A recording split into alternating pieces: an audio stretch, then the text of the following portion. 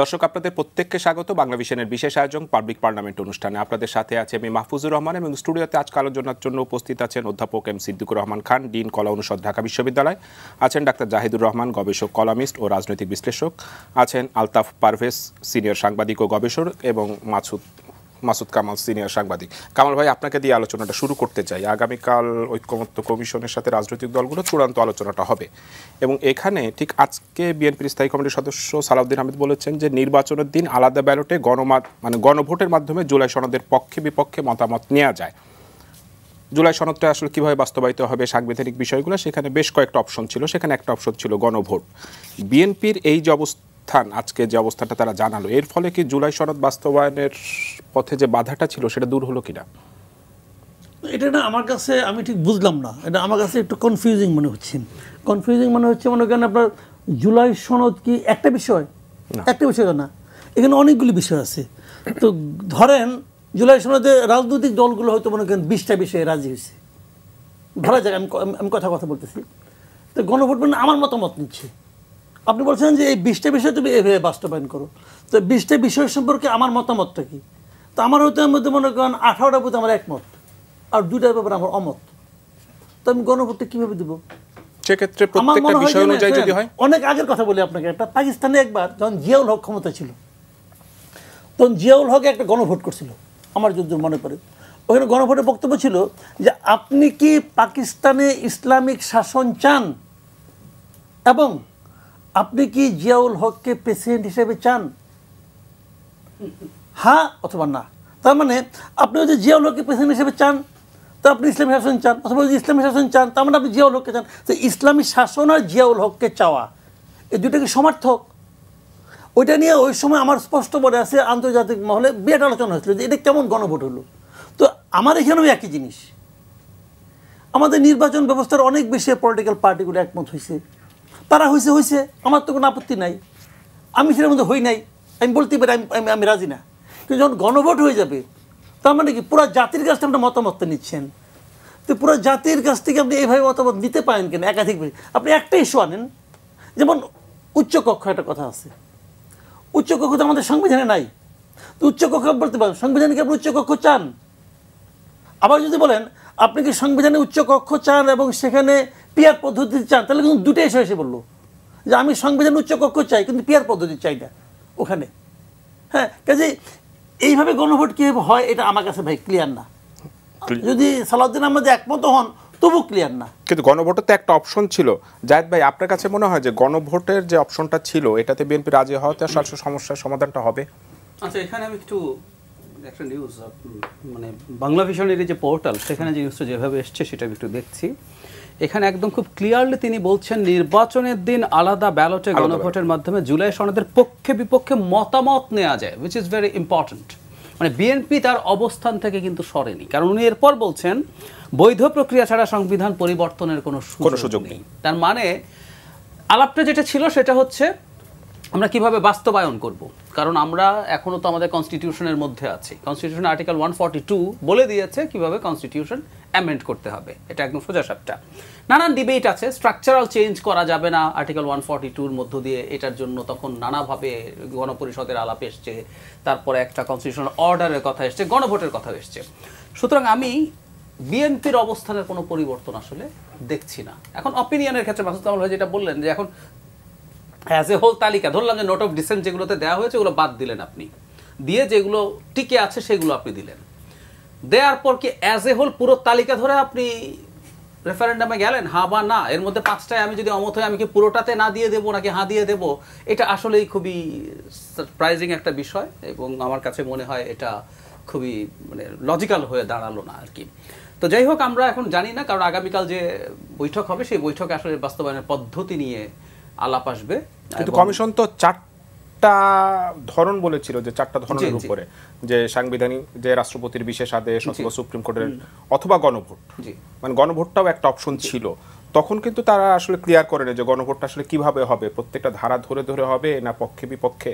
এই বিষয়টাই আসলে একটু অস্পষ্ট আছে। এখন ওই যে বললাম সমস্যাটা কোন জায়গায় দাঁড়ালো, মানে এখন গণভোটের আলাপ যখন করতে যাচ্ছেন আপনি বললেন যে এটা আমরা সংবিধানের অংশ মানে ইনক্লুড করবো কিনা, গণভোটে যাচ্ছেন যে কেউ রেজাল্ট কি হবে, ডিফারেন্ট ডিবেট। কারণ মানে কনস্টিটিউশন ইটসেলফ সবসময় একটা ইন্টারপ্রিটেশনের ব্যাপার।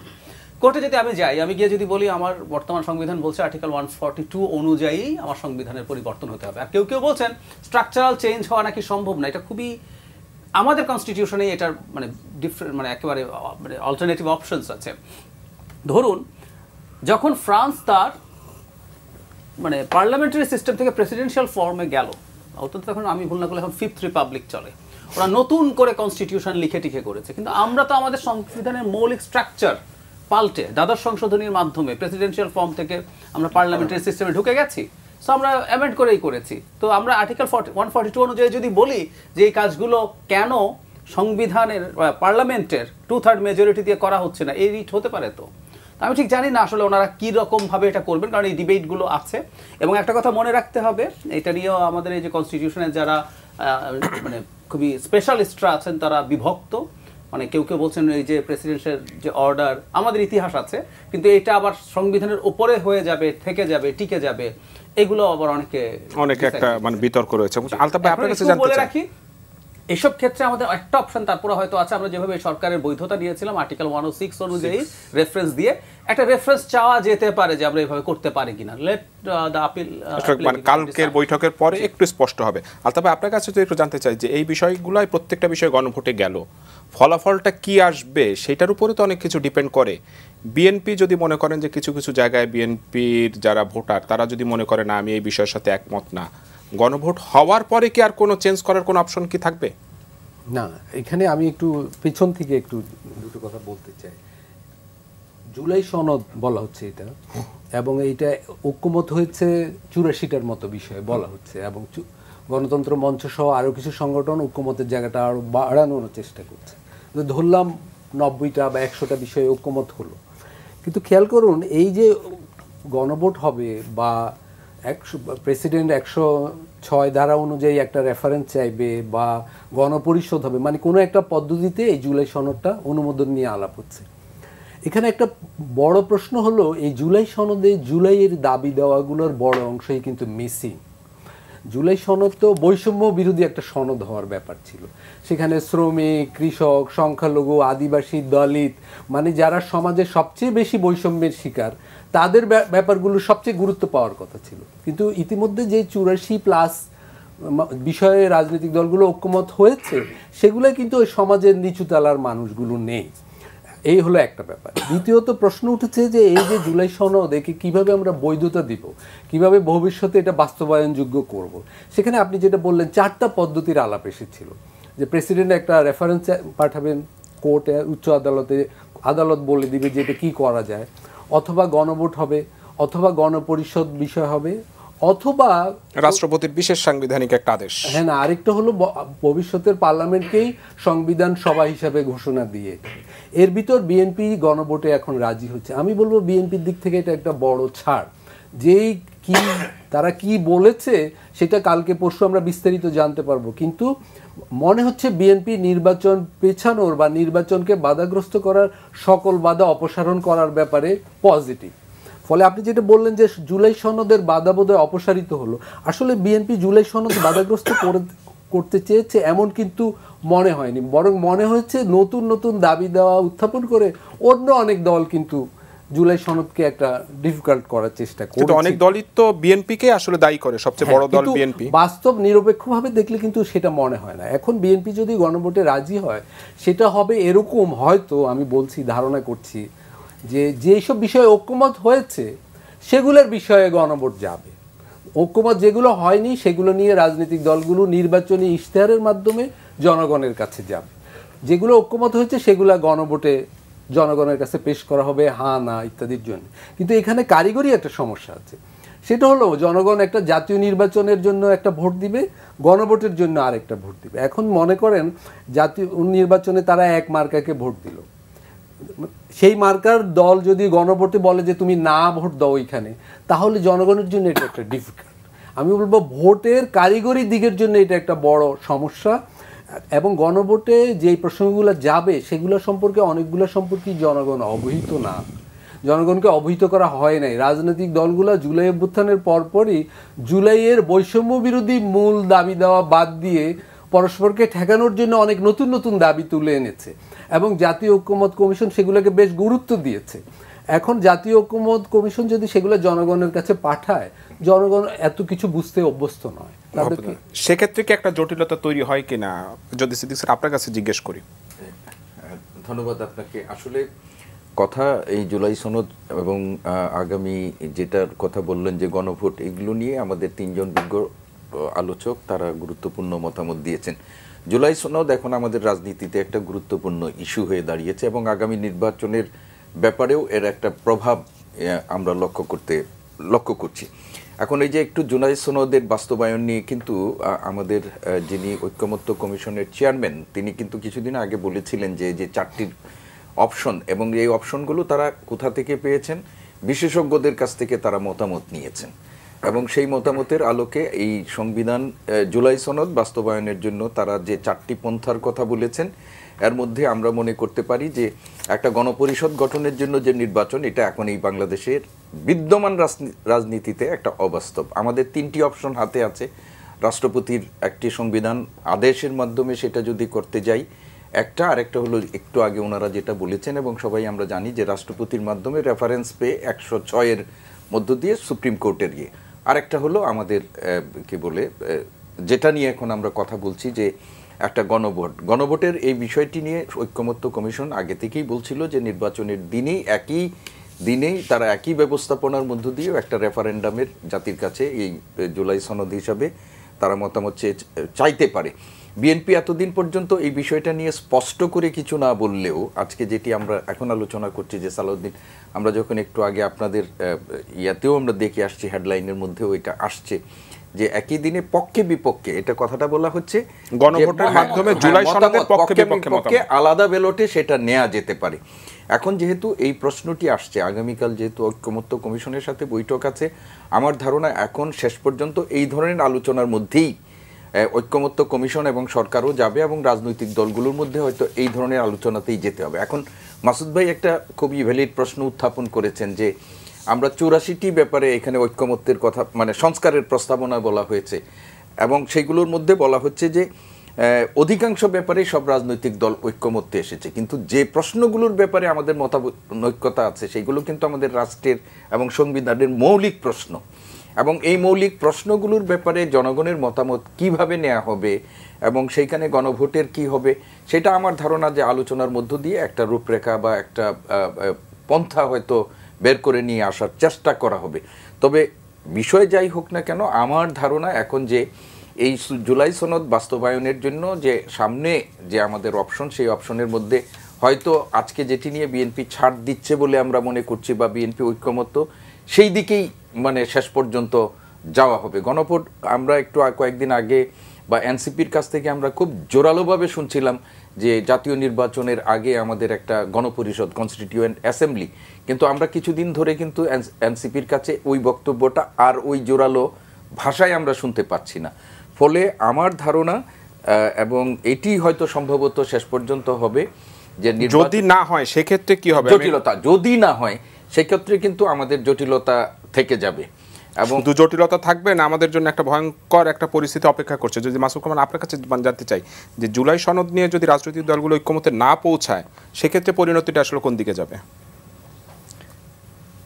এটা দেখেন দুটো জিনিস, কিন্তু যে কথাটা নাকি আলতাফ পারভেজ ভাই একটু কিন্তু বলছেন যে জুলাই সনদটার আসলে এই যে কাজগুলি হচ্ছে এটাকে আমার কাছে মনে হয় ফল্টি মনে হয় এই কারণে এরা কিন্তু মানে সংস্কার জিনিসটাকে খুবই সংকীর্ণ একটা চোরাগুলিতে ঢুকাই দিচ্ছে। সংস্কার কিন্তু অনেক বড় জিনিস। আমাদের দেশের মূল সমস্যাটাকে বলেন তো, মূল সমস্যা যদি আপনার 3টা বের করেন, 3টার মধ্যে একটা হলো দুর্নীতি।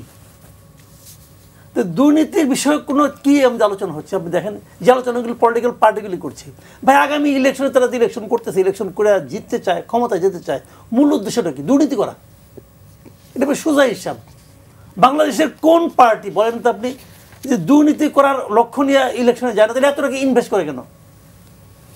সে পার্লামেন্ট মেম্বার হবে, প্রত্যেকটা এমপি ইলেকশনে আপনার কত কোটি টাকা ইনভেস্ট করতেছে তারা, কেন? খালি দেশ সেবার জন্য? ভাই ওই টাকাটা পাবলিককে দিয়ে দেন, ভাই উপকার হবে। যদি আপনি মানুষকে ভালোই বাসেন সবাই মিলে ওই টাকাটা দিয়ে দেন, দেখি কেউ দিবে? তারা তো যাচ্ছে দুর্নীতি করার জন্য, আর মুখে বলতেছে কি আমরা দুর্নীতিমুক্ত সমাজের জন্য সংস্কার করতেছি। এক পাইছে মাথার মধ্যে একটা, আর কোনো স্বৈরাচার হবো না, প্রত্যেকটা এমপি স্বৈরাচার হবো এই বিজয়ী হওয়ার পরে। তার এলাকায় সবাই ক্ষুদ্র স্বৈরাচার হবে, জমিদার হবে, হবে না, হচ্ছে না, এটি তো আলটিমেটলি তো ওইটাই হবে। তো এই সমস্ত নাটক করার কোনো দরকার আছে? এগুলো তো নাটক রে ভাই। এটা হলো কি কিছু লোকের টাকা পয়সার একটা ব্যাপার স্যাপার হয়েছে, বিদেশ থেকে আসছে, তো 2 দিন পরে চলে যাবো, সব বিদেশি মাল বিদেশে চলে যাব। আমি তো মনে করি সবচেয়ে যেটা প্রথম যেটা প্রয়োজন, যত বিদেশি এখানে আসছে এই গভর্নমেন্টের মধ্যে একটা সংস্কার করা উচিত, যে সরকার পরিবর্তন হওয়ার পর 6 মাস তারা দেশের বাইরে যাইতে পারবে না। এই 6 মাসে প্রথম জাজ হবে, প্রথম যে বিচারটা হওয়া দরকার, এরা কি কি দুর্নীতি করছে তার একটা হিসাব নেওয়া, তারপরে একজনকে পাসপোর্ট ফেরত দেওয়া হবে। এটা কি আরম্ভ হয়েছে দেশের মধ্যে এগুলো? বা এগুলো আমরা বুঝি, ভালো মতো বুঝি। কয়েকজনকে দেওয়া হয়েছে, যে বিরাট এক আন্দোলন হলো, যান প্রাণ দিয়ে দিল আন্দোলনে, যারা ছাত্র প্রতিনিধি, আর কি এদের নামে কি শোনা যায়? একটা পাইছেন আপনি যে আসিফ মাহমুদ সজীব ভুঁইয়া, সে এত বড় একটা উপদেষ্টা, এত বড় বড় মিনিস্ট্রি, তার একটা আপনি দেখান তো সে কি একটা কাজ করছে, বিশাল কাজ। প্রত্যেকটা সে যেটার মধ্যে হাত দিচ্ছে ওটার মধ্যে বিতর্ক। শেষে একটা মানে ইলেকশন করবে, বিসিবি ইলেকশন, ওটার মধ্যে সে আঙুল ঢুকে বসে রয়েছে এবং একটা আওলা বাজাতে বসে রয়েছে। এই আওলাদ থেকে বেরোনোর আসলে কোনো রাস্তা আছে কিনা, যদি মানে যার আপনার কাছে জানি। আরেকটা জিনিস একটু জিজ্ঞেস করি, সেটা হলো যে আওয়ামী লীগের ব্যাপার নিয়ে বেশ কয়েকদিন ধরে আবার নতুন করে আলোচনা শুরু হয়েছে, যে প্রধান উপদেষ্টার একটা মন্তব্য নিউ ইয়র্কে, এবং ঠিক তার পরের দিন আইন উপদেষ্টা একটা মন্তব্য করেছেন। 2টা মন্তব্যই আপনি শুনেছেন। সব মিলে আওয়ামী লীগের ব্যাপারে সরকারের অবস্থানটা কি আপনার কাছে খুব পরিষ্কার মনে হচ্ছে? ডক্টর ইউনূস যে বক্তব্য দিয়েছেন মেহেদী হাসানের সাথে, মানে ওনার বক্তব্যকে মানে একটা হলো উনি কি ভুল করেছেন, উনি ঠিকমতো প্রেজেন্ট করতে পারেননি, একটা আরেকটা হচ্ছে পরিকল্পনা করে একটা অস্পষ্টতা তৈরি করেছেন। দুটোই বলা যায়। আমি এখন কোনটা, এটা দর্শকরা একটু বিবেচনা করবেন, কারণ তার মন্তব্যের মধ্যে এটাও ছিল এই নির্বাচনে আওয়ামী লীগ পার্টিসিপেট করতে পারছে না, ইট ওয়াজ ক্লিয়ার, এখনই না। কিন্তু আবার বলছেন তাদের নিষেধাজ্ঞা যে কোনো সময় তুলে নেওয়া যায়। এখন প্রশ্ন হচ্ছে সরকার কি পারে? উত্তর হচ্ছে পারে, কারণ আওয়ামী লীগের নিষিদ্ধতার জন্য মামলা হবে, এখনো মামলা হয়নি, কিন্তু আইসিটি আইন সংস্কার করে সেখানে দলের বা সংগঠনের বিচারের অপশন রাখা হয়েছে, ওখানে মামলা হবে, ইনভেস্টিগেশন হবে, তারপরে সেটার হিয়ারিং হবে। তাতে যদি আওয়ামী লীগকে দল হিসাবে ইনভলভ পাওয়া যায়, তাহলে আদালত তাকে নিষিদ্ধ করতেও পারে। এটা কি 5 বছর 10 বছর না পরে, সেটা পরের আলোচনা। কিন্তু আওয়ামী লীগের কর্মকাণ্ড নিষিদ্ধ আছে, যে কারণে তারা এবার পার্টিসিপেট করতে পারছে না নির্বাচনে, এবং তাদের প্রতীকও নির্বাচন কমিশনে নেই। হ্যাঁ, সন্ত্রাস দমন আইন 2009-এর এক্সিকিউটিভ অর্ডারে, মানে এইটারই এক্সিকিউটিভ অর্ডারে শেখ হাসিনা 3 আগস্ট জামায়াত এবং শিবিরকে নিষিদ্ধ করেছিল। তো যেহেতু এটা সরকারের সিদ্ধান্ত, আগামীকাল সরকার কিন্তু চাইলে এটা উইথড্র করে ফেলতে পারে। এটা যদি উইথড্র করে, ব্যাপারটা আমি এভাবে বোঝাই যে যেমন ধরুন একজন আসামি আছে, তিনি অ্যাকিউজ, তার মামলা চলছে, তিনি জেলেই আছেন, কিন্তু আবার এটাও হতে পারে উনি জামিন পেয়েছেন, ফলে উনি স্বাধীনভাবে ঘুরে বেড়াচ্ছেন, ওনার মামলা বা বিচার কিন্তু তার মতো করে চলছে। সো যদি এক্সিকিউটিভ অর্ডারটা তুলে নেন, এটা জামিন দেওয়ার মতো ব্যাপার হলো। আওয়ামী লীগ তখন তার কর্মকাণ্ড করতে পারবে, কর্মসূচি পালন করতে পারবে, তখন কিন্তু সে নির্বাচনেও যাওয়ার স্কোপ আছে। আমি ডক্টর ইউনূস কিন্তু দুটো কথাই বলেছে, এবং আবারও বলছি সরকার চাইলে এটা করতে পারে।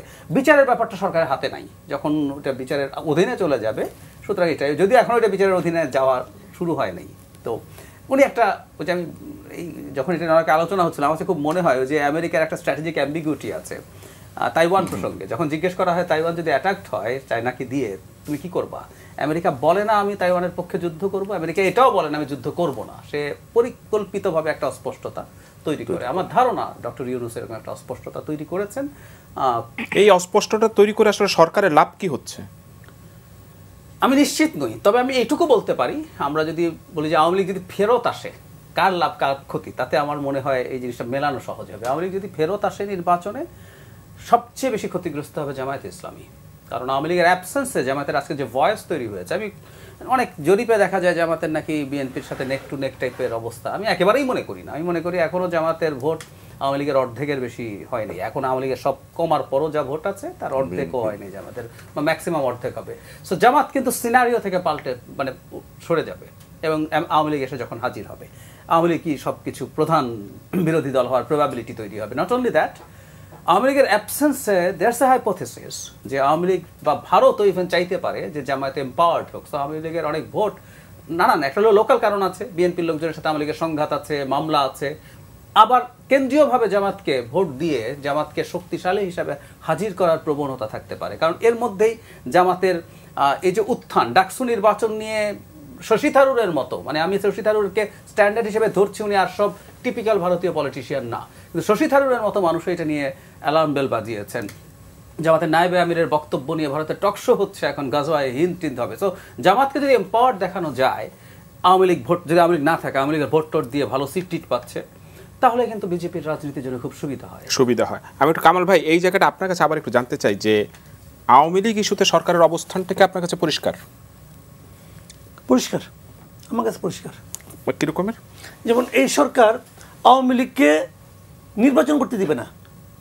এই সরকার যতদিন আছে ততদিন আওয়ামী লীগ মানে তার কোনো রাজনৈতিক কর্মকাণ্ড চালাতে পারবে না। যে আইন যেটা করেছে এটা আসলে ডক্টর ইউনূস কিন্তু ওখানে আসলে কথার মার পেছে বিষয়টা রেখে দিয়েছে, এবং উনি স্পষ্ট করেই বলেছেন যে আসলে এই নির্বাচনে নৌকা মার্কা থাকবে না। উনি স্পষ্ট করে বলেছেন, পরে কিন্তু ব্যাখ্যা দিয়ে। আর আগে এটা কথার কথা, যেমন ধরুন স্থগিত করা হয়েছে। স্থগিত মানে কি? স্থগিত মানে তো নিষিদ্ধ না, বাতিল না, তো স্থগিত উঠে যেতে পারে, এটা কথার কথা। উনি কথার একটা মারপ্যাচ করেছেন উনি, এবং এই জিনিসটা কিন্তু যারা শুনেছেন তারাও বুঝেছেন, ওই মেহেদী হাসানদের সেও বুঝেছেন। কিন্তু ওদের সাংবাদিকদের মধ্যে তো একটা আছে যে একজন যাকে প্রশ্ন করে তার কাছ থেকে উত্তরটা তাকে পেতেই হবে তা কিন্তু না। উনি যদি উত্তরটা এড়িয়ে যান, এড়িয়ে যাবেন। উনি এটাকেও অ্যাডমিট করেন, এড়িয়ে গেছেন। উনি দর্শক এবং শ্রোতা সবাই ওটা বুঝতে পারছে, উনি এই সুযোগটা রাখছেন এখানে, ওটা ওভাবেই হয়েছে। কিন্তু এই সরকার আওয়ামী লীগকে পলিটিক্সে আসতে দিবে না যতদিন তারা আছে, এবং সেই জিনিসটা আরও স্পষ্ট করেছেন একদিন পরেই আসিফ নজরুল সাহেব। উনি এটা ক্লিয়ার করে দিয়েছেন যে এটা হবে না ভাই। এখন এই যে করতে দেবে না, এটা কিন্তু একদম ক্লিয়ার। এই সরকার যতদিন আসছে, তাহলে ফেব্রুয়ারি পর্যন্ত আছে। আসিফ নজরুল আবার এক দফা এগিয়ে গেছে যে পরেও হবে না, মানে পরের সরকারের ব্যাপারে ওনার কাছে ওনার উপর একটা আস্থা আছে, উনি জানেন যে এটা হবে না। তো এটাও ভালো আমি মনে করি। আমার কাছে মাঝে মাঝে মনে হয় যে আওয়ামী লীগের অনেক লিডারকে মাঝে মাঝে বলি, আমার সঙ্গে তো অনেক ফোন টোন করে, এটা একদিন বলছিলাম, এটা আবার অনেক কিছু বলে, এখনো করে, একটু কম করে। আগে যারা করে তারা করে না, তারা ভাবে যে আমি যদি নাম বলে দিই বাই চান্স, তো করে। আমাকে জামাতের লোকে ফোন করে, জামাতের নেতারা আমার বাসায় বন্ধ যায়, আমাকে এতগুলো বই দিয়ে আসছে সবাই দেখেন। আমি সাংবাদিক, আপনার বাসায় তো বিএনপির লোকও যায়, কেউ যাবে না, যায়, সবাই যায়। আমি তো ভাই সাংবাদিক রে ভাই, সবার জন্যই তো যেটা বলছিলাম। তো এখন আমি মাঝে মাঝে আওয়ামী লীগ লোকজনকে বলি, আপনারা সবাই একটা করে বড় ডক্টর ইউনূসের ছবি আইনা আপনাদের বাসায় রেখে দেন। এটা তো রাখতে পারবেন না, বরঞ্চ আপনার মানি ব্যাগে একটা ছবি রাখেন। এই জন্য রাখেন যে এই লোকটা আপনাদের প্রত্যাবর্তনকে ত্বরান্বিত করতেছে। একটা সিম্পল কথা, ত্বরান্বিত। কারণ বাংলাদেশে মানুষের একটা সাইকোলজি আছে, আমি আপনাকে একটা উদাহরণ দিয়ে বলি। এই যে নুরুল মজিদ হুমায়ুন একটা শিল্পমন্ত্রী ছিল, কিন্তু সে আওয়ামী লীগের দুইবার মন্ত্রী ছিল। দুইবার কেন? তার মানে সে আওয়ামী লীগের অথবা শেখ হাসিনা পারপাসটা সার্ভ করতে পারছে বলেই তো ছিল। আমি একটা হাইপোথেটিক্যাল কথা বলি, নুরুল মজিদ হুমায়ুন যদি আওয়ামী লীগ ক্ষমতায় থাকতে, শিল্পমন্ত্রী থাকতে, ওনার নর্মাল মৃত্যু হইতো। এই মৃত্যুতে ওনার জানাজার যে লোক হয়েছে এত লোক হতো না। তো এইবার হলো কেন? এটা হলো এই কারণে এই দেশের মানুষের মধ্যে নির্যাতিতের প্রতি এক ধরনের ভালোবাসা কাজ করে। নুরুল মজিদ হুমায়ুনের যখন ছবিটা ছাপা হয়েছে, উনি ঢাকার মেডিকেল কলেজের একটা বেডে ময়লা চাদরের উপর শুয়ে আছেন, হাতে হাত করা তার ডেড বডির মধ্যে, পাশে একটা অর্ধ খালি পানির বোতল। এই যে দৃশ্যটা, এটা মানুষকে টাচ করছে। এই যে মার খায় এই দেশের মানুষ তার পক্ষে থাকে, তার মধ্যে বাংলাদেশের মানুষের মধ্যে মানুষের মন মানসিকতার ওই ধরনের, তারা নির্যাতিতের পক্ষে থাকে। এখন আওয়ামী লীগকে ক্রমাগত মারা হচ্ছে, মানুষ আওয়ামী লীগের পক্ষে ধীরে ধীরে তার সহানুভূতি বাড়তেছে। এটা কার জন্য বাড়তেছে? ডক্টর ইউনূসের কারণে। যদি আওয়ামী লীগকে বলা হতো, আমি বলি আপনার একটা সিম্পল উদাহরণ দিয়ে বলি, যদি বলা হতো গত বছর আগস্টে সেপ্টেম্বরে বলা হতো যে আমরা একটা নির্বাচন দিব অক্টোবরে, আওয়ামী লীগ আসুক, আওয়ামী লীগ 10টা সিট পাইতে কিনা সন্দেহ। আওয়ামী লীগের কার্যক্রম নিষিদ্ধ, ভোটাররা তো আসলে নিষিদ্ধ না, ভোটারদের নিষিদ্ধ করার তো আসলে কোনো সুযোগ নেই। আগামী নির্বাচনে এই আওয়ামী লীগের ভোটাররা কি একটা বড় প্রভাব ফেলতে পারে? সব দলের চোখে কি আসলে আওয়ামী লীগের ভোটারদের প্রতি? হ্যাঁ, অবশ্যই। প্রথমত এইটা আমি একটু মাসুদ ভাইয়ের কথার সূত্রে বলতে চাই, প্রশাসনিকভাবে কোনো রাজনৈতিক দলকে নিষিদ্ধ করা মানে ইতিহাসে বলে যে কার্যকর হয় না। দেখুন, ভারতে যে এখন বিজেপি ক্ষমতায়, বিজেপির মাদার পার্টি হলো আরএসএস। আরএসএস 3বার নিষিদ্ধ হয়েছিল, কিন্তু আরএসএস এখন 300-র বেশি পার্লামেন্টে আসন পায়। জামাত ইসলামে বাংলাদেশে আমাদেরও উদাহরণ আছে, বহুবার নিষিদ্ধ হয়েছে, পাকিস্তান আমলে নিষিদ্ধ হয়েছে, পাকিস্তানে এখনো কাজ করছে, অন্যতম গুরুত্বপূর্ণ দল, আমাদের দেশেও গুরুত্বপূর্ণ দল। এইটা কেন ঘটে? সেটা হলো পদ্ধতিগতভাবে প্রশাসনিক ক্ষমতায় দল নিষিদ্ধ করা ভুল, আমরা শিক্ষাটা নেইনি। সেটা যে কোনো দলের ভাগ্য নির্ভর করে জনগণের উপর। দেখুন মুসলিম লীগ যখন ক্ষমতায় এসেছে কি পরিমাণ শক্তিশালী একটা দল, 47-এ ক্ষমতায় এসেছে, 54 সালে জনগণ ওকে মেরে ফেলেছে, এক ভোটেই মানে মুসলিম লীগ আর এদেশে উঠে আসতে পারেনি। তার মানে জনগণের হাতে ছেড়ে দিতে হয় যে কোনো দলের ভাগ্যকে। সেই জন্য আমাদের এই সরকার আওয়ামী লীগের ব্যাপারে যে সিদ্ধান্ত নিয়েছে এটা আমি বলবো পদ্ধতি হিসাবে ভুল। এখন প্রশ্ন হলো এর ফলে কি ঘটবে? এর ফলে একটা হলো আওয়ামী লীগ আসলে ইলেকশন করতে পারবে না নৌকা মার্কা নিয়ে, এটাই বাস্তবতা। তাহলে কি ঘটবে? আওয়ামী লীগের ভোটাররা, যেটা আপনি বললেন, আমি বলবো যে আওয়ামী লীগের ভোট বেশি পাবে জামাত ইসলাম। কেন আমি ব্যাখ্যা করি। 24-এর গণ অভ্যুত্থানের পর বিএনপির লোকরা বহু মামলা মোকদ্দমা দিয়েছে আওয়ামী লীগের মানুষকে। জামাত ইসলামের লোকজন সেই মামলা মোকদ্দমা দেয়নি তেমন একটা, তারা ওই লোকদের অনেকে সাহায্য করেছে টিকে থাকতে, পালিয়ে যেতে, ব্যবসা বাণিজ্য রক্ষা করতে। এটা কিভাবে ঘটেছে? বাংলাদেশের সমাজ তো খুব ক্লোজ সমাজ, আত্মীয় স্বজন আছে, আপনি যে কোনো জেলায় আপনার 10 জন আত্মীয় আছে, এবং বাংলাদেশের প্রতি ঘরে ঘরে এখানে আওয়ামী লীগ, বিএনপি, জামাত আছে। ফলে এদেরকে আপনি দূরে ঠেলে দেওয়ার সুযোগ থাকে না। কিন্তু বিএনপি সমর্থকরা, বিএনপির অনেক এবং এনসিপিও অনেক জায়গায় মামলা মোকদ্দমা করেছে। কিন্তু দেখুন এই যে ডাকসু নির্বাচনের প্রসঙ্গে এসেছে, ডক্টর জায়েদ বললেন, ঢাকা ইউনিভার্সিটিতে যখন গণঅভ্যুত্থানের পর যারা ছাত্রলীগ করতেন নেতৃবৃন্দ পালিয়ে গিয়েছেন, কিন্তু ছাত্রলীগের ভিতর অন্য দলের যারা ছিল মাঝারি বা ছোট, তাদের কিন্তু পালাতে হয়নি, তারা হলেই ছিল, তারা পরে নির্বাচনও করেছে, অনেকে নির্বাচিতও হয়েছে। তাহলে জাতীয় নির্বাচনে এই ব্যাপারগুলো ঘটবে, তবে সব ভোট জামাত পাবে এমন নয়। যদি জাতীয় পার্টি নির্বাচন করে, কিছু কিছু অঞ্চলে জাতীয় পার্টি আওয়ামী লীগের অনেকের নির্বাচনের জায়গা হবে বা অনেকের ভোটের জায়গা হবে। আর কিছু কিছু জায়গায় হ্যাঁ, বিএনপির যেখানে সাংগঠনিক দক্ষতা প্রবল, বিএনপি যেখানে ডিল করতে পারবে আওয়ামী লীগের সাথে, সেখানে বিএনপিও কিছু ভোট পাবে। কিন্তু শুরু থেকে আওয়ামী লীগের ভোট পাওয়ার জন্যে জামাতের সুপরিকল্পিত একটা দৃষ্টিভঙ্গি ছিল এবং সেটা কাজ করবে। আমি একটু অধ্যাপক সিদ্দিকুর রহমান আপনাকে জানতে চাই যে আওয়ামী লীগের ব্যাপারে যেমন আলতাফ ভাই বলছিলেন যে সরকার আসলে যেভাবে ডিল করছে এটা ভুল, দল হিসেবে আওয়ামী লীগকে নিষিদ্ধ চায় আদালতের মাধ্যমে, সেটা বিএনপির অবস্থান। কিন্তু এই আওয়ামী লীগের বিরুদ্ধে দল হিসেবে নিষিদ্ধের জন্য কি এখনো পর্যন্ত কোনো মামলা সরকারের পক্ষ থেকেও করা হয়নি, কোনো পক্ষও কিন্তু এই ধরনের মামলা করেনি। এই মামলা করার সুযোগ কি এখনকার বিদ্যমান আইনে সম্ভব কিনা? দেখুন, ইতিমধ্যে আইসিটির যে আমাদের আইন আছে সেখানে কিন্তু আইনের পরিবর্তন হয়েছে। একটু আগে জাহিদ ভাই যেটি বলেছেন যে সেখানে এখন থেকে ব্যক্তির সাথে সাথে সংগঠনের বিরুদ্ধেও বিচারিক কার্যক্রম পরিচালনার মানে ব্যবস্থা এই আইন পরিবর্তন আগেও ছিল না, আইনের ছিল। কারণ জামাতের ব্যাপারেও আওয়ামী লীগ এনেছিল, সরকার প্রথম যে সংশোধনী করে তাতে ওটা রেখে শাস্তির পরিমাণ নির্ধারণ করে, কিন্তু ক্যাবিনেটে যাওয়ার পর সরকার এটা বাতিল করে দেয়, সংগঠন বিচার করা যাবে না। তারপর মুভমেন্ট যখন হয় তখন আবার এটাকে ফেরত তো এখন যে ব্যবস্থা আছে সেইটার মধ্য দিয়ে আপনারা আইন উপদেষ্টার বক্তব্য শুনেছেন এবং অন্যান্যদের মধ্যে আমরা ধারণা করি যে হয়তো কিছুদিনের মধ্যে মামলা হতে পারে। কিন্তু এখন এই যে আওয়ামী লীগ নিয়ে যে ইস্যু, প্রথম থেকেই আপনি দেখেন যে জামাতে ইসলামী মুখে আওয়ামী লীগের বিরুদ্ধে অনেক কথা বলেছে, কিন্তু বাস্তবে কিন্তু আওয়ামী লীগের বিরুদ্ধে বা আওয়ামী লীগের নেতাকর্মীদের শেল্টার দেওয়ার আগে একটু আগে আমাদের যারা বলেছেন তারাই কিন্তু বড় ভূমিকা পালন করেছে। এই কয়েকদিন ধরে আপনি যারা জামাতের বিভিন্ন আসনে প্রার্থী হিসেবে ঘোষিত হয়েছে বা প্রার্থী হিসেবে যারা সিগন্যাল পেয়ে মাঠে কাজ করছে, তাদের অনেককেই দেখা গেছে যে স্থানীয় আওয়ামী লীগ নেতাদের সাথে নিয়ে তারা তাদের কার্যক্রম পরিচালনা করছে। ঢাকা বিশ্ববিদ্যালয়ের কথা আপনি বলেন, ঢাকা বিশ্ববিদ্যালয়ে ছাত্রদল যেভাবে ছাত্রলীগের দ্বারা নির্যাতিত হয়েছে, তারা শিবির কিন্তু সেটি হয়নি, কেননা পুরো সময়টা শিবির তাদের মধ্যেই নিজেদেরকে বিলীন করে দিয়ে তারা এক ধরনের অবস্থান বিশ্ববিদ্যালয়ে বজায় রেখেছিল। ফলে আজকের দিনে ঢাকা বিশ্ববিদ্যালয়ের ছাত্রলীগের যারা সাধারণ আপনারা সমর্থক যারা ছিলেন, একসময় কিন্তু শিবিরের আজকে যারা নেতা হিসাবে আত্মপ্রকাশ করেছে তাদের সাথেই তারা কিন্তু চলাফেরা করেছেন, তাদের সাথেই তারা ওঠা বসা করেছেন ইত্যাদি।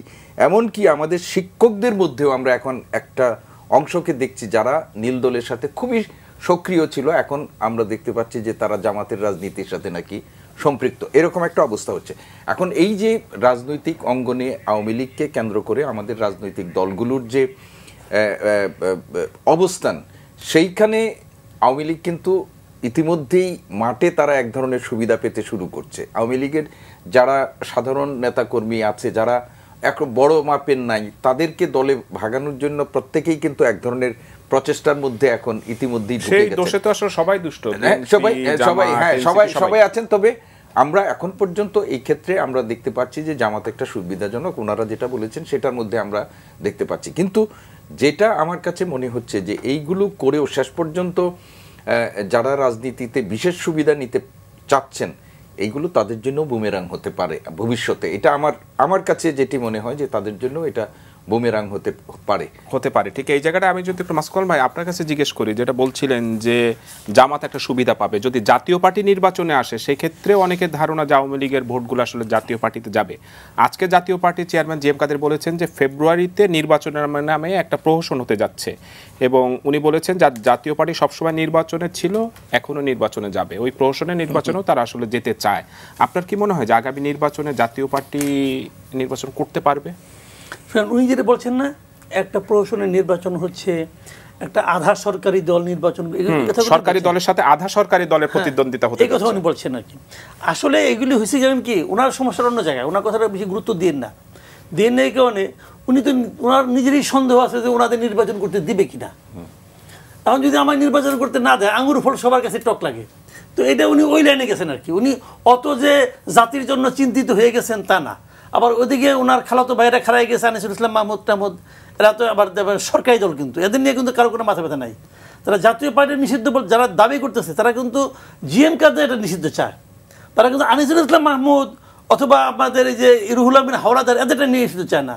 তো এরা কি হজ করে আছে নাকি? এদের চায় না কেন? আর ওরা নাপাক হয়ে গেছে? চাইলে দুটোই চান।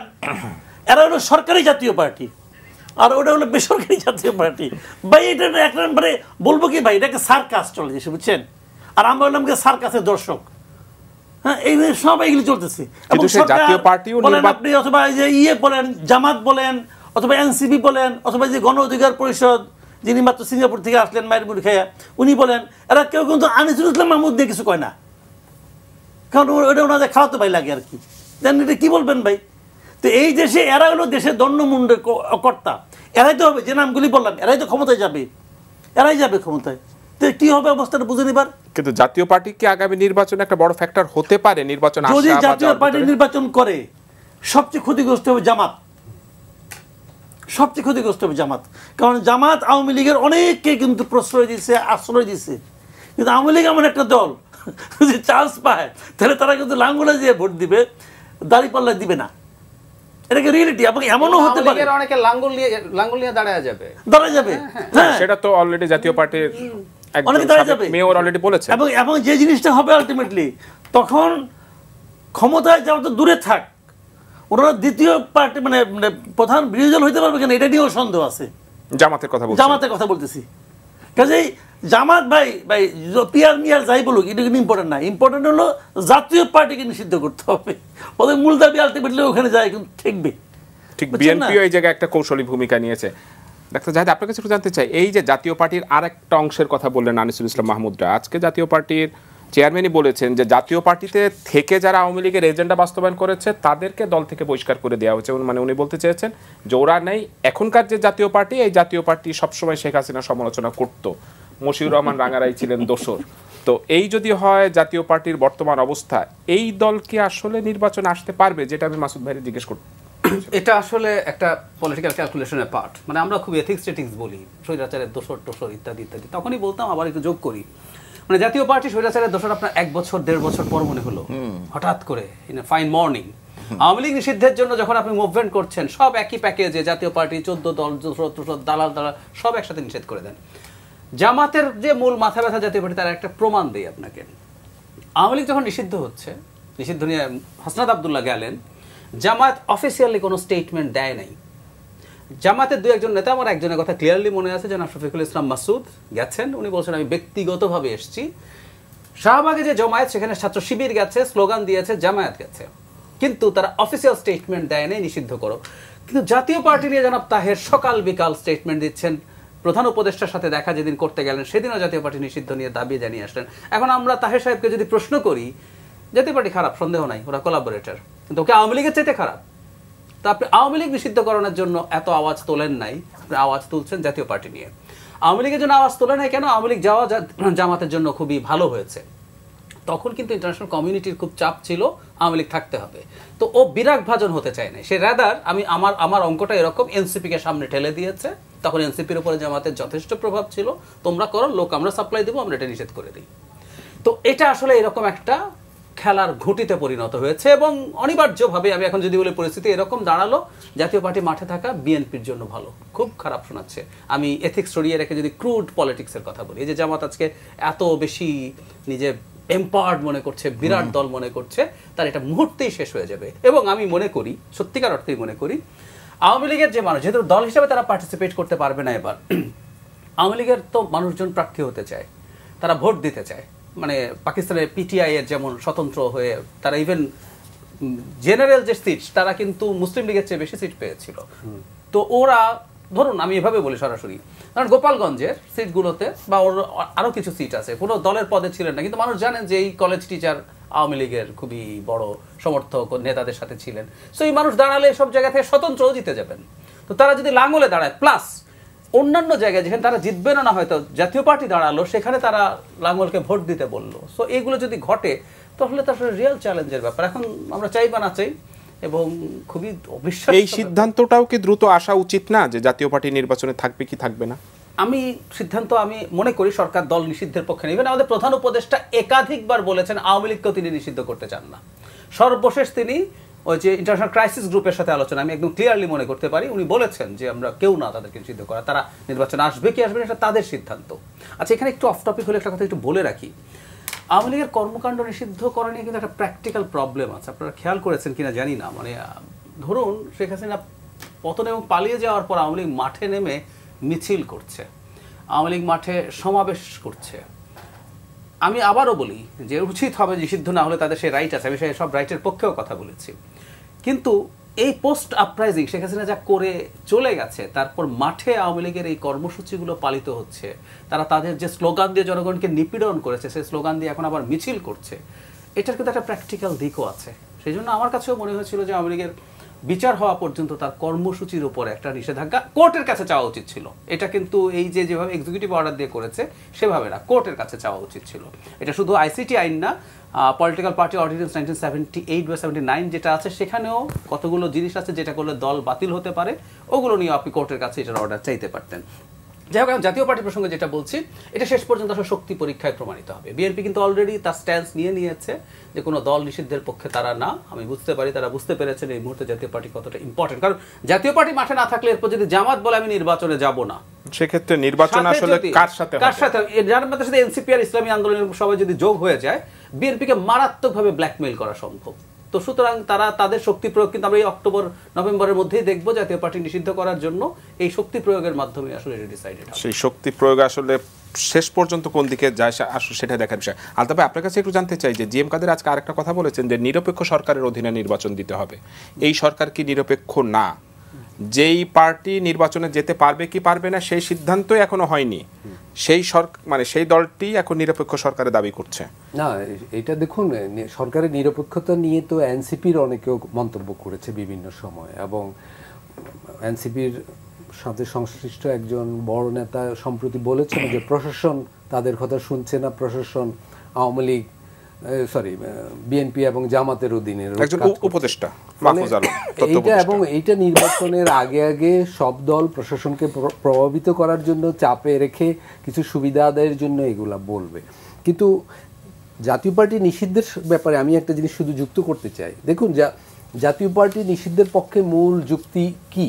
মূল যুক্তি হলো তারা গত নির্বাচনগুলা, যেগুলো আসলে নির্বাচনের নামে প্রহসন হয়েছে, সেগুলা অংশ নিয়েছিল এবং আওয়ামী লীগকে সহায়তা করেছে। মূলত প্রধান যুক্তিটা এটা। সেই নির্বাচনগুলোয় কিন্তু ইসলামপন্থী দাবিদার একটা দলও কিন্তু অংশ নিয়েছে। মানে অদ্ভুত ব্যাপার, সেই দলের বিষয়ে কিন্তু সবাই কম বেশি নীরব। এক সেকেন্ড যোগ করি, মানে ঘটনাচক্রে তাদের একজন সর্বোচ্চ নেতা বরিশালে যদি আঘাতপ্রাপ্ত না হতেন তারা হয়তো 24-এ নির্বাচনেও যেতেন। তারা কানের পাশ দিয়ে বলি না বেঁচে গেছেন, কানের পাশ দিয়ে বেঁচে গেছেন। হ্যাঁ, মানে আমি বলবো যে সব বিষয়ে আমাদের এখানে একটা স্ববিরোধী এবং একটা নিজস্ব স্বার্থের বিবেচনা, মানে নীতিগতভাবে কোনো সিদ্ধান্ত হচ্ছে না, বিভিন্ন পাটিগণিতের অঙ্ক অনুযায়ী বিভিন্ন সিদ্ধান্ত হচ্ছে। জাতীয় পার্টির ক্ষেত্রে ভাবা হচ্ছে জাতীয় পার্টি নিষিদ্ধ করলে কে লাভবান হবে, নিষিদ্ধ না করলে কে লাভবান হবে, মানে নীতিগত বিষয় আলাপ হচ্ছে না। আবার নীতিগত বিষয় কিন্তু আমাদের দেশের নির্বাচনী রাজনীতিতে তেমন গুরুত্বপূর্ণও না। আমি একটা ব্যক্তিগত উদাহরণ বলি, আমরা 90-এর ছাত্র রাজনীতি করেছি, তা দেশে গণঅভ্যুত্থান হয়ে গেল, আমরা তো ভেবেছি যে বিরাট একটা পরিবর্তন হবে। সেই নির্বাচনে জেনারেল এরশাদ, যাকে আমরা স্বৈরাচার বলতাম, এখনও ইতিহাস বলে উনি 5টা আসনে দাঁড়িয়েছেন এবং 5টা আসনে জিতে গেল, এবং 35টা আসনে তার দল জিতে মানে গেল। নিজে এরশাদ সর্বোচ্চ 5টা দাঁড়ালেন, 5টাতেই বিপুল ভোটে জিতে গেলেন। সেই জন্য বললাম যে আমাদের এখানে ওই যে রাজনৈতিক সচেতনতা, গণ অভ্যুত্থান বারবার হচ্ছে, কিন্তু গণ অভ্যুত্থানের শক্তিগুলো জনগণের কাছে যে কোনো সংলাপে লিপ্ত হচ্ছে না, যে ভাই আমরা কি ধরনের পরিবর্তন চাই, কি ধরনের পরিবর্তন প্রয়োজন। এবারও গণ অভ্যুত্থান সম্পূর্ণরূপে মতিঝিল থানা এবং রমনা থানায় কেন্দ্রীভূত হয়ে গেছে।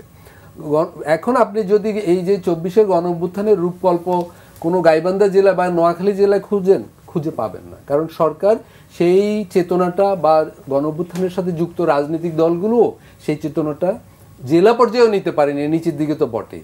এইটা সম্পূর্ণরূপে এখন একটা ক্ষমতার ভাগাভাগি, মানে ক্ষমতার হিস্সা পাওয়ার চেষ্টা এবং একটা নির্বাচনী দর কষাকষির জায়গায় চলে গেছে। ঠিক এই নির্বাচনে দর কষাকষির জায়গায় আপনার কাছে যদি একটু জিজ্ঞেস করি, জামাতকে দর কষাকষির জায়গাটার জন্যই কি ওর মূল যে চেতনা, যে আদর্শ বা এতদিন যেই পলিটিক্সটা করতো সেখান থেকে কিছুটা সরে এসেছে? জামাত নির্বাচনে তারা মনে করছে যে একটা ভালো অবস্থানে আছে এবং এই অবস্থানটাকে আরও সমুন্নত করার জন্য তাদের দলীয় আদর্শ নীতির যতটুকু মানে পরিবর্তন হওয়া দরকার না, শুধুমাত্র যতটুকু ব্যত্যয় ঘটানো দরকার সেটুকু তারা সবটুকুই করছে। আপনি দেখেন সাম্প্রতিক সময়ে তাদের যে দলের লঘু পরিবর্তন এবং একটা সমালোচনার মুখে সেই লঘু প্রত্যাহারের যে ঘটনা, সেইগুলো কিন্তু স্পষ্ট ইঙ্গিত দিচ্ছে যে বাংলাদেশের আগামী নির্বাচনের রাজনীতিতে জামাত নিজেদেরকে একটা প্রতিষ্ঠা লাভের জন্য তাদের যে দলীয় নীতি আদর্শ সব কিছুতেই তারা বিসর্জন দিতে মানে এক ধরনের প্রস্তুতি আছে। এইটা কিন্তু এখন মোটামুটিভাবে আমাদের কাছে স্পষ্ট হচ্ছে।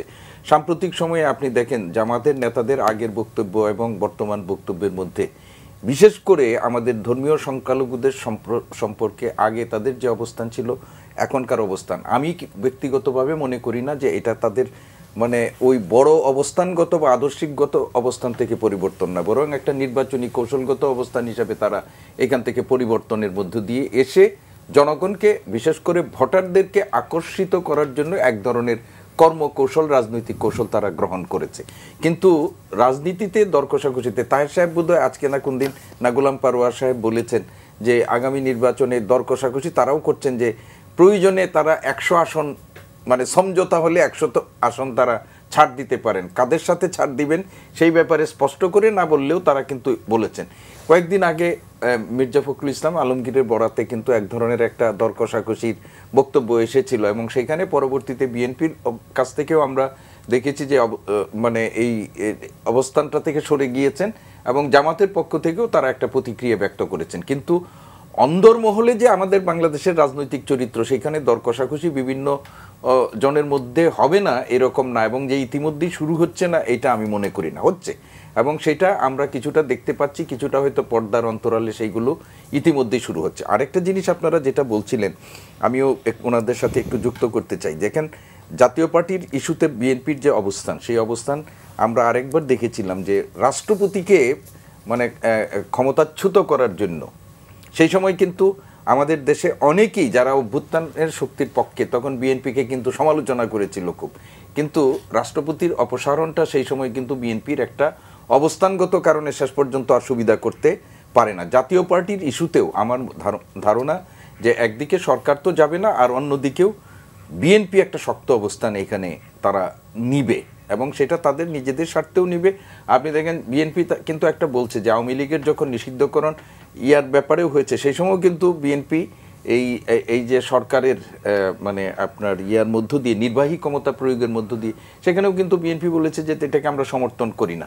ফলে জাতীয় পার্টির ব্যাপারেও আমার ধারণা বিএনপি আগামী দিনে যদি এই ইস্যুটাকে বড় করে সামনে আসে, তাহলে বিএনপি তার এই অবস্থানটা নিবে। এবং আমরা মনে করি একটা গণতান্ত্রিক রাজনৈতিক দলের এটা নেওয়া উচিত। এতক্ষণ পর্যন্ত আমরা যে কথাগুলো বলেছি, সেই কথাগুলোতে একটা কথাই আমরা মনে করছি, কোনো দল অপরাধী হলে তার বিরুদ্ধে ব্যবস্থা, কিন্তু নির্বাহী আদেশের ব্যাপারে জামাতকে যখন নিষিদ্ধ করা হয় তখনও কিন্তু বিএনপি এটার বিরোধিতা করেছে, যে আমরা নির্বাহী আদেশের ব্যাপারে কোনো রাজনৈতিক দলের নিষিদ্ধকরণ। তবে আগামী নির্বাচন নানা জটিল সমীকরণের মধ্যে দিয়ে যাবে এবং আগামী অক্টোবর মাসের মধ্যেই আমরা এই নতুন সমীকরণের ব্যাপারে নানা পদক্ষেপ। আরেকটা জিনিস আমি বলতে চাই যে দেখেন, ইতিমধ্যেই জামাত কিন্তু ইসলামী দলগুলোকে নিয়ে একটা বৃহত্তর ঐক্য গড়ার একটা উদ্যোগ নিয়ে, এই জায়গাটা স্যার আসবো আমি একটু কামাল ভাই আপনার কাছে একটু জানতে চাই যে এই যে জামাতের এই যে অবস্থান পরিবর্তনের রাজনীতিতে, এইটা কি ভোটের মাঠে তার ইতিবাচক কোনো প্রভাব পড়বে কিনা আপনি মনে করেন? যেমন সম্প্রতি তাদের নানান ইস্যুতে কিন্তু আসলে লাভ যেমন হচ্ছে, বিতর্ক তো তৈরি হচ্ছে, যেমন পূজা এবং রোজা, মুদ্রার এপিট ওপিট, এমন বক্তব্য তো সামাজিক যোগাযোগ মাধ্যমে ব্যাপক নেতিবাচক মন্তব্য আসছে। মূল ঘটনা হলো কি, জামাতের যে এই পরিবর্তনটা আমরা দেখছি, এটা কি তাদের আসলে পরিবর্তন নাকি নির্বাচনী নাটক, এটা নিয়েও কিন্তু আলোচনা হতে পারে। কারণ আমি দুদিন আগে দেখলাম যে একটা বেসরকারি টেলিভিশনে কবির আহমেদ নামে ওনাদের একজন নেতা, তিনি বলেছেন যে জামাত ক্ষমতায় আসলে মেয়েরা নাচবে না, ওই আলোচনা যাচ্ছি না আমি, শরিয়া আইন, আমি নাচানাচি তো দেশে চলবে না, অন্য কিছু আছে, ওনারা অবশ্যই শরিয়া আইন চালু করবেন, এটা কেবল ওনার মুখে শুনলাম। আবার এর আগে দেখলাম ওই যখন নাকি ওই যে জেপি উন্দাল ইউনিভার্সিটির যে সিরাধা দত্ত বাংলাদেশে আসছিলেন, তো ওনাকে আবার নায়েবে আমি তাহের সাহেব বলছিলেন, ওনাকে জিজ্ঞেস করছিলেন যে আপনারা কি ক্ষমতায় গেলে শরিয়া আইন চালু করবেন? তখন তাহের সাহেব বলছেন আমরা কি বলেছি আমরা শরিয়া আইন চালু করব? পাল্টা প্রশ্ন করছে, আর উনি কিছু বলেন নাই। এখন এই প্রশ্নের মাধ্যমে কিন্তু একটা মানে ধারণা তৈরি হয় যে শরিয়া আইন চালু করবেন, এই কথাটা ওনারা বলতে চান না। ঠিক আছে, এখন তাহের সাহেব তো বড় নেতা, আর উনি হলেন মাঝারি মানের নেতা, এখন উনি তো বলে ফেলেছেন। তো এটা তাহলে আমার কাছে মনে হচ্ছে যে ওটা নাটক কিনা, অথবা এটা সত্য কথা বাইরে গেলো এগুলো মুখ দিয়া। এখন জামাতকে কিন্তু ক্লিয়ার করতে হবে আসলে যে আপনারা আসলে কি চান। যখন আপনি শরিয়া মানুষকে যখন ভোটটা আপনি নেবেন, আপনি কি বলে নেবেন? শরিয়া আইন কায়েম করবো এটা বলে নেবেন, নাকি আমরা কি বলেছি শরিয়া আইন কায়েম করবো এটুকু বলে নেবেন? এটা তো ক্লিয়ার করতে হবে। আমি যে এক জায়গায় হাত ঢুকাবো, ওই ভিতরে কি মানে বাইম মাছ আছে নাকি সাপ আছে, আমার তবে জানতে হবে। নড়াচড়া করে বুঝতে পারতেছি, বাট এর মধ্যে কী আছে, তো সেই জিনিসটা আপনি আমাদের একটু জানান, ক্লিয়ার করেন। এখন এটা যদি না করেন, তাহলে আমার কাছে মনে হয় ওনারা যে পরিবর্তনের নাটকটা করছেন, আমি যেটা তখন আমি নাটক বলবো এটাকে, এই নাটকটা ওনাদের ক্লিয়ার করা উচিত। কারণ আপনারা অনেক জায়গায় দেখাচ্ছেন যে আপনি ওয়েলফেয়ার পলিটিক্স করতেছেন, হ্যান করতেছেন, ত্যান করতেছেন, এটা হচ্ছেও বটে, কিন্তু আলটিমেট গোলটা আপনার কি? আর আরেকটা বড় ইস্যু কিন্তু থাকবে, সেটা হলো যখন আওয়ামী লীগের ভোটগুলো আপনি পাবেন বলে আশা করতেছেন, এবং বিভিন্ন ধরনের ওয়েলফেয়ার কাজ কর্মকাণ্ড আপনারা করতেছেন, কিন্তু আওয়ামী লীগের ভোটারদের মধ্যে কিন্তু একটা ঝামেলা আছে, একটা নৈতিক অবস্থান কিন্তু আছে, সেটা হলো মুক্তিযুদ্ধ নিয়ে। আপনি মুক্তিযুদ্ধ নিয়ে আপনি কী বলবেন? আজকে যদি জামাত বলে যে আমরা মুক্তিযুদ্ধের ঘটনার কারণে আমাদের ওই সময় নেতৃত্বের সমালোচনা করছি, আমাদের ওই সময় নেতৃত্ব ভুল করেছে, আমরা জন্য তাদের পক্ষে ক্ষমা চাই, যদি তারা আজকে বলে, আপনি নিশ্চিত থাকেন আওয়ামী লীগের যে ভোটগুলি তারা এখানে যাওয়ার কথা তারা প্রত্যাশা করছে, সেখান থেকে মিনিমাম 10% ভোট কনফার্ম হয়ে যাবে। কারণ অনেকে আছে কিন্তু চক্ষু লজ্জার খাতিরে হলেও তারা চিন্তা করে যে আমরা এই দলটাকে ভোট দিব কীভাবে। তো ওই জায়গাটা তারা যে পলিটিক্সটা আমার মনে হয় করবে, আমার ধারণা তারা ওই লাইনেও যাবে, কারণ তারা ভোট পাওয়ার জন্য মরিয়া হয়ে গেছে ভাই, মরিয়া হয়ে গেছে। ঠিক জাহিদ ভাই, আপনার কাছে একটু অন্য প্রসঙ্গে যেতে চাই। দুদিন ধরেই কিন্তু একটা বক্তব্য, নাহিদ ইসলামের একটা বক্তব্য আপনিও ফলো করেছেন, যে কয়েকজন উপদেষ্টাকে বিশ্বাস করে প্রতারিত হয়েছি, তাদের নাম প্রকাশ করা হবে, এনসিপির আহ্বায়ক নাহিদ ইসলাম, এবং উনি বলেছেন যে 5 আগস্ট ক্যান্টনমেন্টে সেজদা দিয়েছে রাজনৈতিক নেতারা, ছাত্ররা নয়।